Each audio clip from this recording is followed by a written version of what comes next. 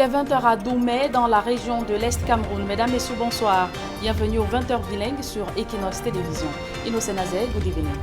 Good evening to you, Zulembe Frisai, and to the viewers. Good evening as well. Thanks for joining us at 8 p.m. bilingual newscast on Equinox Television. In our top stories, lawyers across the national territory have decided to begin boycotting concessions from the 30th of November to the 4th of December 2020. Reason being that the state has continued meeting humiliating attacks on the Cameroon Bar Council. We'll be telling you more in this newscast. Plus, the permanent coordinator of the Citizen Philemon Yang, former Prime Minister of Cameroon, said that the socio-political upheaval in the two English-speaking regions of the country that started since 2016 till present has brought nasty consequences in the northwest region of the country. We were speaking during launch of campaigns ahead of the December 6th legislative, or rather the regional elections scheduled to take place in Cameroon. À la une de ce journal, les avocats camerounais annoncent le boycott des audiences dans les tribunaux. Ces hommes et femmes en robe noire ont décidé de ne pas prendre part aux audiences à partir du 30 novembre jusqu'au 4 décembre 2020. Décision prise hier par le Conseil de l'ordre. Voilà pour le sommaire.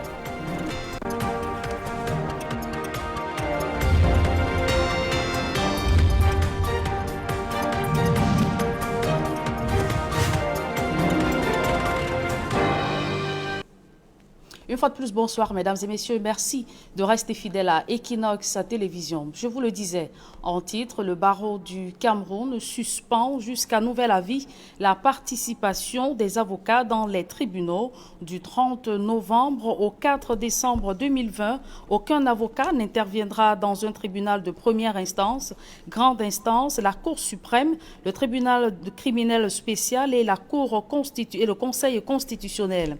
Décision a été prise à l'issue d'une session extraordinaire tenue hier samedi 21 novembre 2020. Le communiqué est signé de Maître Atangana Bikouna Claire, bâtonnier du Conseil de l'ordre par intérim.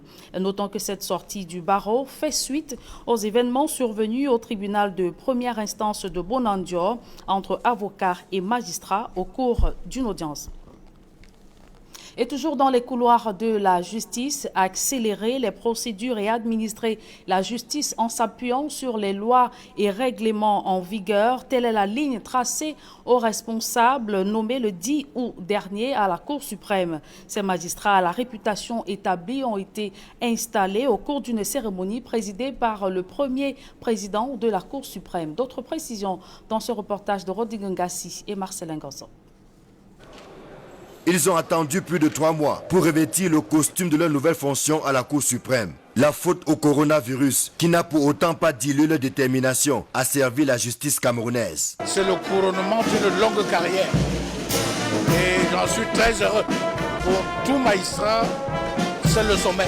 Je suis un peu émouée, très contente et joyeuse. Je travaille très fort et j'ai beaucoup de passion pour l'état des droits, la loi et les droits de l'homme aussi.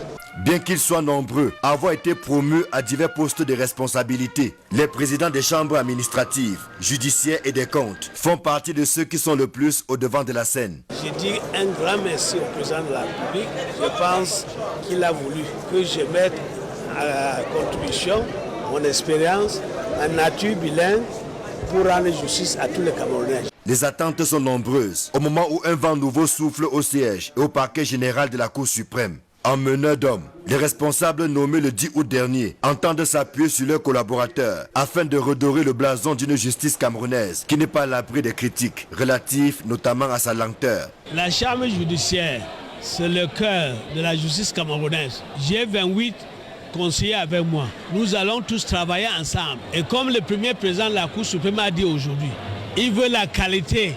Nous sommes là pour lui donner une justice de qualité. Il est vrai qu'il y a aussi un problème de lenteur judiciaire. C'est un problème qui est vieux comme la justice elle-même. Je peux vous rassurer que d'ici quelques mois, il sera impensable de dire qu'un arrêt rendu par la Cour suprême passe même 2 semaines sans être signé et donné au parti. C'est un défi que nous nous sommes donnés et nous allons essayer de l'atteindre. Le premier président de la Cour suprême et le procureur général près la dite Cour n'attendent pas moins des hauts responsables nommés qu'une bonne administration de la justice à travers l'accélération des procédures et le respect des lois en vigueur. Une interpellation qui n'est pas tombée dans les oreilles de sourds. Les hautes fonctions que j'ai déjà occupées auparavant, avant d'arriver ici à la Cour suprême, m'ont préparé à cette échéance. Parce que ici, c'est le sommet de la justice.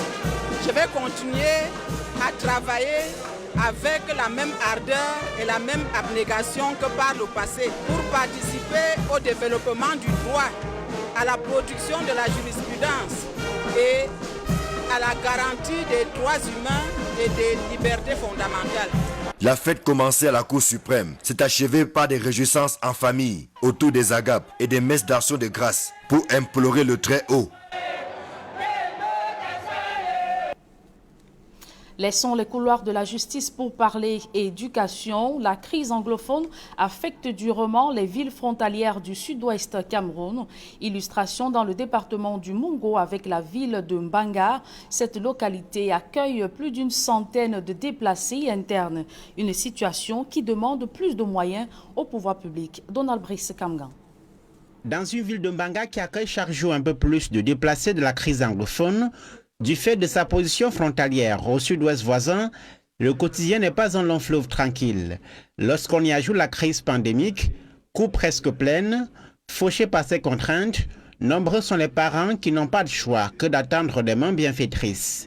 Les valeurs de travail, parce qu'il faut que les enfants aillent à l'école dans les meilleures conditions possibles, qu'ils donnent le meilleur d'eux-mêmes et qu'ils réussissent. Voilà pourquoi nous encourageons aujourd'hui les plus petits qui travaillent bien à l'école. La mairie de Mbanga l'avoue, cette administration municipale ne serait satisfaite toute seule aux besoins de plus en plus colossaux des élèves dans la ville. C'est ce que nous à la commune nous appelons le développement participatif. Il ne faut pas toujours attendre de la commune pour dire que c'est la commune qui doit faire ceci, ceci.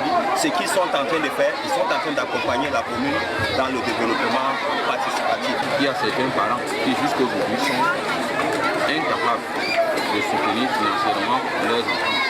Et en plus, le papier minimum qui avait été donné par la mairie, ça va également renforcer les capacités des chefs d'établissement pour une meilleure éducation. En Mbanga, les autorités administratives et municipales insistent, les comités de développement sont partie prenante au chantier de recherche des solutions au bien-être des populations. À l'exemple du quartier 13, les autres ont été invités à se bouger. Département de la Sanaga-Maritime, les populations de l'arrondissement de Massok-Song-Loulou invitent les pouvoirs publics à favoriser ou améliorer les conditions d'apprentissage des élèves de cette localité. Le mauvais état des routes, l'absence de l'énergie électrique dans les établissements scolaires font également partie des problèmes évoqués. D'autres précisions dans ce reportage des Eko-Kalobé, Sylvestre Zangao. Sur un sentier étroit, au cœur de la forêt, traversant des ponts fragiles, l'on débouche sur le village Massok de l'arrondissement éponyme, dans le département de la Sanaga-Maritime. Ici se trouve le seul CETIC de tout le canton Babimbi. Mais à cause de l'absence de l'énergie électrique, les apprenants sont condamnés à recevoir seulement des cours théoriques. Vraiment, c'est très difficile, je vous assure, parce qu'un centre de formation comme le CETIC de Pendjok, ou dans deux élèves qui ont eu le cap, c'est honteux pour nous. Et toutes les filières sont là, mais il n'y a pas de l'énergie pour qu'on puisse en faire ça en direct. On nous fait ça moralement, mais pratiquement comme ça, on n'arrive pas à faire. Avec les emplois plutôt rares, plusieurs familles ont de la peine à envoyer leurs enfants à l'école à Massok-Song-Loulou. Ce qui a mobilisé les femmes de l'arrondissement à prendre un peu du fruit de la vente des produits des champs et de leurs autres activités pour apporter un appui aux élèves. Les enfants d'ici en Ndongem sont intelligents, mais il était question pour nous de marquer encore un point pour pouvoir encourager l'éducation dans cette zone, afin que la rentrée soit véritablement effective dans notre zone. La main des populations de l'arrondissement de Massok-Song-Loulou reste tendue vers les pouvoirs publics. Dans la minute santé de ce journal, la problématique de l'insuffisance et de la qualité du plateau technique dans nos hôpitaux en débat dans la ville de Yaoundé. C'est à la faveur d'une conférence qui a permis aux ingénieurs locaux d'exposer leur savoir-faire, notamment en matière de conception des couveuses et autres équipements essentiels qui manquent dans nos formations sanitaires. Rodrigue Ngassi, Marcelin Gansot. L'une des faiblesses de notre système sanitaire est la qualité du plateau technique de nos hôpitaux. Celle-ci n'est pas rassurante, au point où les évacuations sanitaires se multiplient, parfois aux grandes dames des caisses publiques. Chaque patient est libre d'aller se faire soigner là où il veut. Mais il est à noter que certains y vont parce qu'il y a une cause endogène, insuffisante du plateau technique. Nous sommes toujours obligés de commander à l'étranger, toujours se reposer sur des solutions qui prennent du temps et énormément d'argent. La question aujourd'hui est celle de savoir si nos hôpitaux peuvent être mieux lotis. La réponse est oui, et on l'a vu avec le coronavirus qui a amené le gouvernement à renforcer le plateau technique de plusieurs formations sanitaires. Pour moi, la Covid-19 est une opportunité pour le Cameroun. En situation de pandémie, les frontières étaient fermées et les frontières restent fermées dans beaucoup de pays. L'importation ne peut plus se faire. Qu'est-ce qu'il faut faire? Il faut penser à la solution locale. Et la solution locale, c'est quoi? Ce sont nos ingénieurs. Les experts sont d'avis que l'on peut mieux faire en s'appuyant notamment sur les solutions locales, objet de cette rencontre d'échange et de partage d'expériences. Nous nous sommes rendus compte que les hôpitaux étaient des cimetières d'appareils médicaux. Et donc, dans ce sens-là, nous nous sommes dit, pourquoi ne pas essayer de remettre en œuvre ces appareils-là? Pourquoi ne pas aussi essayer d'être un peu plus optimiste en disant que nous pouvons même les fabriquer localement? Nous avons mené des investigations et nous avons commencé des prototypes. Dès lors, nous avons essuyé d'échec en échec jusqu'à tomber sur un bon prototype qui puisse aider la population. Des incubateurs néonataux aux incinérateurs de déchets, en passant par des extracteurs d'oxygène, des opportunités d'amélioration du plateau technique de nos hôpitaux existent. Il faudra qu'on soit associé à la NOR, l'Agence nationale de normes de qualité du Cameroun, le ministère des Mines, de l'Industrie du Plan technologique. La recherche scientifique et l'innovation sera inclue, parce qu'il faut qu'on certifie qu'un certain nombre d'enfants prématurés ont été mis sous couveuse, ont été observés pendant un certain temps, et un échantillonnage doit être fait pour qu'on évalue la qualité, la fiabilité et un minimum de garantie. Là, on a eu le visu. Ce n'est pas seulement sur des papiers et on espère que d'ici quelques années, on n'aura plus peur de savoir que quand on va à l'hôpital, quel est le devenir? S'il arrive que nos enfants sont prématurés, qu'est-ce qu'ils vont en devenir?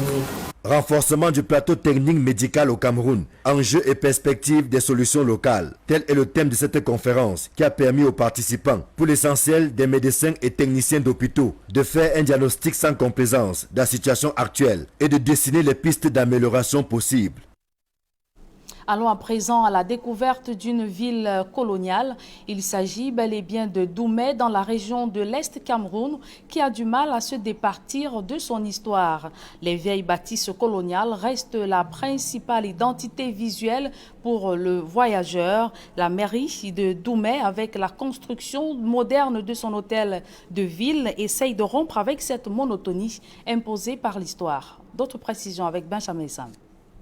Doumé, ville coloniale, de par son architecture, porte si bien son nom. Des bâtisses en briquettes et en toiture de tuiles immortalisent un passé lointain que les populations accueillent fièrement. À cette architecture légendaire se greffent ces palmiers et manguiers centenaires, une identité remarquable pour une ville en pleine construction. Le passage du bitume aura contribué à booster les affaires. Arrondissement essentiellement agricole, Doumé et ses populations n'éprouvent plus de difficultés à écouler les produits de la terre. La commune de Doumé contribue à sa manière à cette transformation irréversible. La gare routière nouvellement construite fait la fierté des voyageurs. Les délestages restent d'actualité, mais le solaire se ferait un passage dans la ténèbre ambiante. Un projet qui va révolutionner le quotidien des populations de Doumé, c'est celui d'un hôtel de ville futuriste. On a commencé avec les travaux de terrassement, on a implanté. Présentement, les gars sont en train de fouiller les semelles isolées. Donc, on aura un bâtiment d'à peu près de 49 mètres linéaires proprement dit, mais on aura les bâtiments annexes. Un bâtiment annexe qui va servir la salle des actes, qui aura un diamètre à peu près de 24 mètres carrés. On aura une passerelle qui va relier la salle des actes et le bâtiment principal. Le bâtiment principal sera à un étage. On aura au rez-de-chaussée un certain nombre de bureaux, une vingtaine. Selon un rapport de la maîtrise d'œuvre, la première entreprise sollicitée, très peu qualifiée, n'était pas à la hauteur d'un tel projet, d'où la décision de la commission de passation de voir ailleurs. La commune de Doumé tient au respect des délais de livraison, un joyau architectural qui donnera à la ville coloniale un visage avenant. Ce reportage de Benjamin Sam met un terme à la première partie de ce journal. La seconde est en langue anglaise avec vous, Innocent Azé. Good evening once again. Thank you, Zulembe Bissaye. Good evening once more to you and to our viewers. Good evening as well. Thanks for staying with us. We begin with this striking information from the Cameroon Bar Council that is already announcing a nationwide boycott. That is court boycott from the 30th of November to the 4th of December 2020. It equally decided to cancel the judicial honors for the late Bar President Chakunte Party Charles, initially scheduled to take place at the Court of Appeal in Douala and the Supreme Court in Yaoundé. It equally suspends the appearance of lawyers in criminal matters in all the courts and also suspend all appearances by lawyers in all courts dealing with electoral disputes, including the Constitutional Council, after the nationwide strike action. This was during an extraordinary Bar Council session convened by the interim Bar President, Barrister Atarana Bikuna Claire. That was enlarged to include the President of the General Assembly of the Bar Association, Barrister Mofao Evaristus Kafu. And we talk about Cameroon that is planning to emerge by 2035. Meantime, Makak, which is a locality in the Nyongankele division of the central region of the country, is still enclaved, and the population are facing a lot of challenges, notably the challenge in displacing themselves or moving from one area of the country to another. Details with me, Armstrong Sander. Cut off by underdevelopment from the rest of Cameroon, crossing over the Nyong is the only option for inhabitants of Longhe who wish to join the rest of Cameroon. Longhe Chiefdom in Makak subdivision, Nyongankele division of the central region of Cameroon suffers acute underdevelopment, to say the least, and their only track out of enclavement, which is crossing the River Nyong, has become a death row. The most recent tragedy here, according to local inhabitants, is the drowning of two women whose bodies are still missing. Local inhabitants say their canoe capsized after a strong winds pushed it to hit this ferry, which has not been working for several years.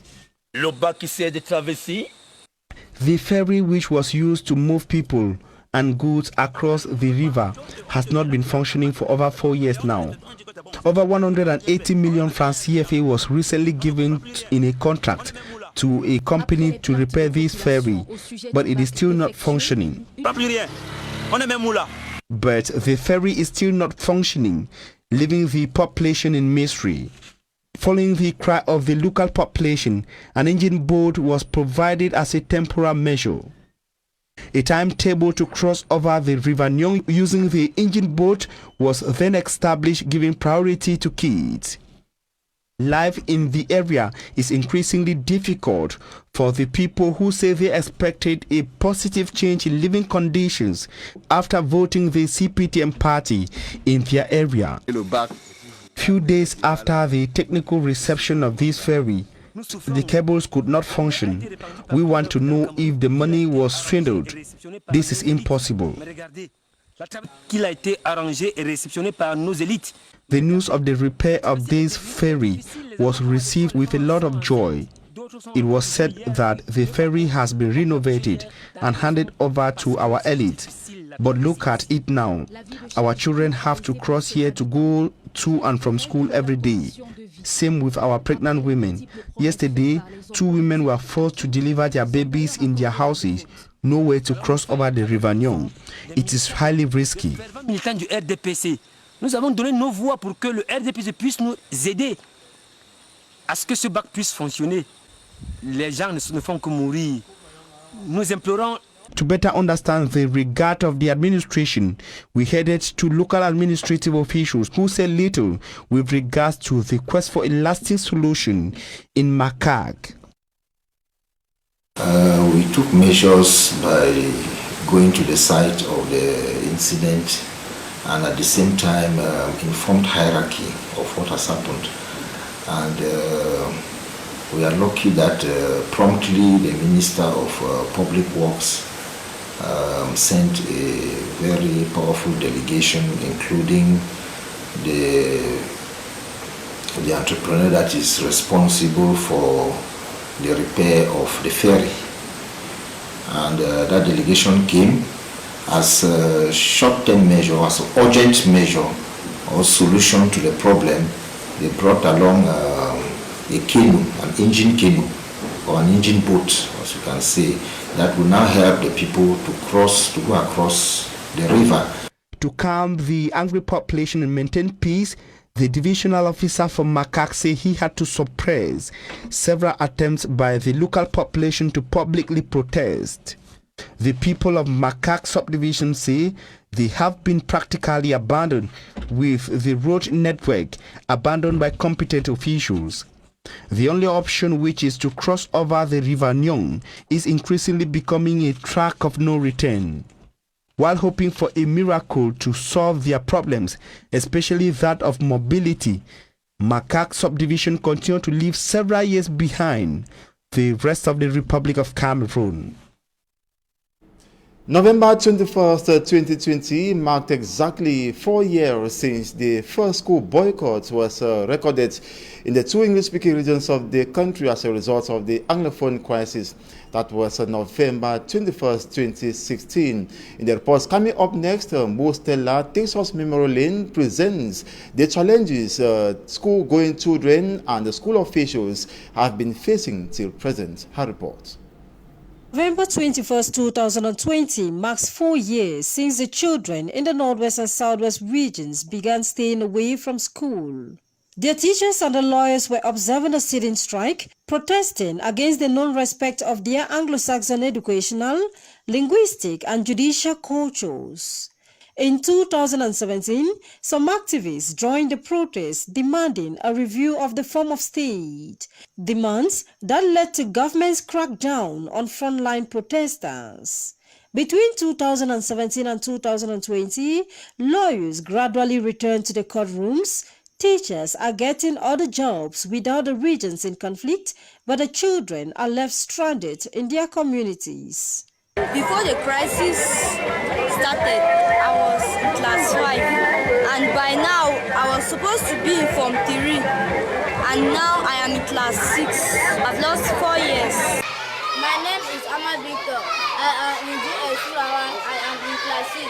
We are staying for long that we are not coming to school. 4 years into the conflict, the educational industry of the Northwest region has been hardest hit. The number of children going to schools have reduced. The number of teachers in our school system who are effectively working have reduced. We register fewer children for examination since the advent of the crisis. Much of the basic education infrastructure in the region has been destroyed. After 4 years, I would have been in 500 and close to 500, 600,000, given the progressive increase that I had over the years. But if I am at 100,000 today in 2020, and I was at 422,000 in 2016, November 2016, you see where we are. The government high school Tala in the Donga Mantung division is in a deplorable state. It is one of the schools that was vandalized, but it is not the only in urgent need for rehabilitation works. It's a high school with the science options. So we have more than 16 subjects taught in this school, but only 6 teachers. Look at the administrative block. You've seen all the dilapidated structure where I am. Is 38 years old. We inherited it from the primary school next door. And this school is 14 years old. I'm appealing to governments to give us a helping hand. Furawa in Menchim Division has had the lowest number of operational schools in the basic education sector. The subdivision has 1 out of the expected 16 schools, with 454 out of the expected 596 pupils as at November 19, 2020. Since the start of the 2020-2021 academic year on October 5th, strides have been made with aims at helping these children and their teachers get the basics for an effective teaching and learning. One of such actions was carried out by the 3rd Rapid Intervention Battalion. They distributed didactic materials, benches, renovated school buildings in 20 schools spread across Bui, Dongamantung and Menchum divisions, which have had 0 school activity in the last 3 years. The hierarchy knowing that education is the best thing for our future generation, decided to offer 3 classrooms, books, to make sure that students should continue schooling. In the Northwest region, the most enclave areas have the least number of operational schools and children. Thanks to these military people, where they be, that they are able to meet 40 desks with 2 classrooms. But our problem still stands. The children are more than 250. We are pleading that more classrooms should be constructed so that these children will be accommodated inside the classrooms. We are equally asking for textbooks. These children have started school, but they don't have materials. We need more textbooks, we need exercise books and writing materials. Many establishments in the Northwest region are now covered with grass. The dilapidated structures are now begging for urgent attention. The government had put in place a plan of reconstruction and development of the Northwest and Southwest regions with one of 3 goals to reconstruct and rehabilitate basic structures. 7 months after the appointment of a national coordinator and vice, the plan is yet to enter the implementation phase. This raises worries such as, where are we with the implementation of the Presidential Plan of Reconstruction and Development of the Northwest and Southwest regions? In about 2 weeks henceforth, the regional elections will be taking place across the national territory, irrespective of the persistent Anglophone crisis in the 2 English-speaking regions of the country, as well as the hostilities masterminded by Boko Haram in the far north region of the country. That's according to the Minister of Territorial Administration. Last week in the nation's political capital, Yaoundé, to the 10 governors, according to government officials, security measures to be enforced by the governors concerned have already been leveled. Meantime, campaigns ahead of this election have been launched over the weekend in Bamenda Northwest region. The CPDM regional coordinator Philemon Yang, during the party's campaign launch, said this regional election presents an opportunity for a rebirth of the region. He admits that since 1990, the political and economic situation of the Northwest region has moved from bad to worse, with consequences of the Anglophone crisis nasty. Take a listen to him. This is an important election for us. Like other elections, this one is about nation building. And our historical responsibility is to reshape the Northwest region. We have an obligation to embrace the facts and accept the truth. The truth is simple. Since 1990, the political life and economic regression in this region have grown from bad to worse. Our regional public life has suffered tremendous damage. Our political upheavals have come along with nasty consequences. In the past 80 years, the stormy upheavals in this region have constantly jeopardized our economic and political progress. In fact, this is an understatement. We have an obligation to accept that our regional ups and downs have rendered us economically unattractive to visitors and to business investors. Constant upheavals do not attract business and economic activities. Our choices have come along with horrible consequences. This is unfortunate. However, we have a God-given right to reshape our region and embrace a beautiful future in this region. The former Prime Minister of Cameroon equally describes the special status and decentralization codes adopted for the northwest and southwest regions of the country as Dr. Peace that should be welcomed by Northwesterners. Take a listen to him once again. The socio-political crisis, we are convinced that our region will soon enjoy complete peace.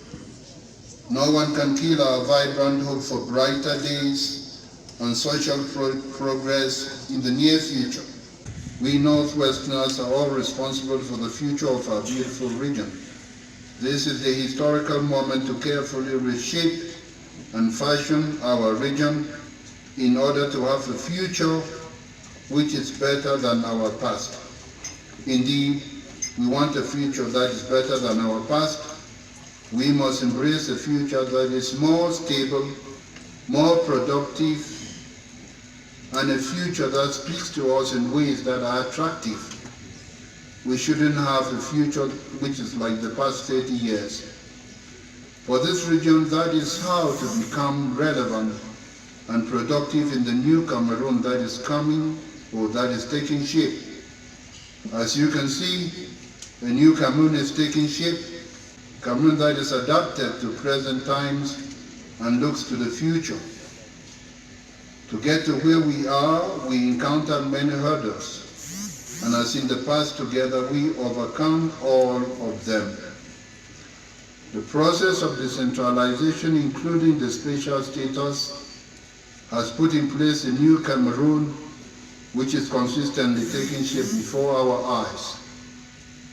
The new institutions can deal with the present Cameroon and foresee instruments for dealing with the Cameroon of the future. Nothing has been left to chance. We are the only persons who can embrace and reshape the future of this region. Those who struggle to reshape this region without us effectively labor in vain. And in the Southwest region, Peter Mafani Musonge, leader of the campaign committee for the Southwest region on the ticket of the ruling party, says the nation is at the final stage to speed effective implementation of decentralization, which has been dormant, and begged the Southwest region to support the drive by exercising their civic duty by voting come December the 6th. Derry Jato reports. Some say the word decentralization in Cameroon is almost as old as the country itself, but yet very little to show even by the supposed actors, the drivers of the process. And today in 2020, the Cameroon government says the time is now. The time to act is now, for tomorrow might be too late.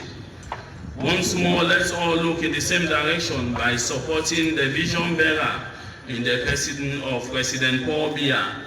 And in Buea, the Southwest regional capital, the Cameroon People's Democratic Movement, the CBDM, is launching the campaigns for the elections of the regional councillors. Former Prime Minister Peter Mafani Musonge, the Southwest team leader, revealed that the nation is at the final stage to witness the birth of effective decentralization. We're in the last stage of decentralization of the process, and the election of 6th December 2020 is the highlight of the process. And the Anglophone regions are having a plus of a special status.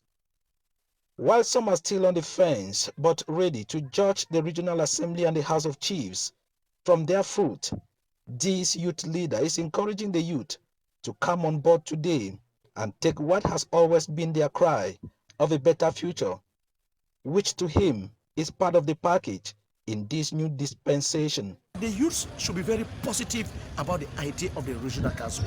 Let us come together and support the idea. It is in our favor, especially the youth of the Southwest, especially the youth of the Northwest. I'm telling you, let us not go behind. Let us not allow other people who are out of our generation to take advantage of this thing and dictate our future for us. Expectations are plenty, no doubt, but these traditional rulers, being at the grassroots, certainly know that they need to win the support of their subject with their actions, not words. Well, so social amenities as a whole, well, they're expecting a lot, and want to assure them that by the text, what we have at our disposal, at our competence, we shall give them the best of it. And what is on the table now is the campaigns for a people who have been destabilized by a blood-sucking crisis, to give them an opportunity to bring change, and why not end the war? Until then, the rendezvous is December 6th, 2020, the day of the elections. Campaigns of other political parties, notably the opposition, are yet to be seen effective in the two English-speaking regions of the country, still rocked by the Anglophone crisis as the armed conflicts between separatist fighters and the government's military. It is on this note that we end this 8 p.m. bilingual newscast on Equinox Television. Thanks so much for watching. Do have a splendid evening. Julien Berth, bonne soirée à vous. Merci. Je vous souhaite également une agréable soirée. Innocent Nazé. Mesdames et messieurs, merci d'avoir suivi cette édition bilingue du journal. Restez en compagnie des programmes de la meilleure des télévisions.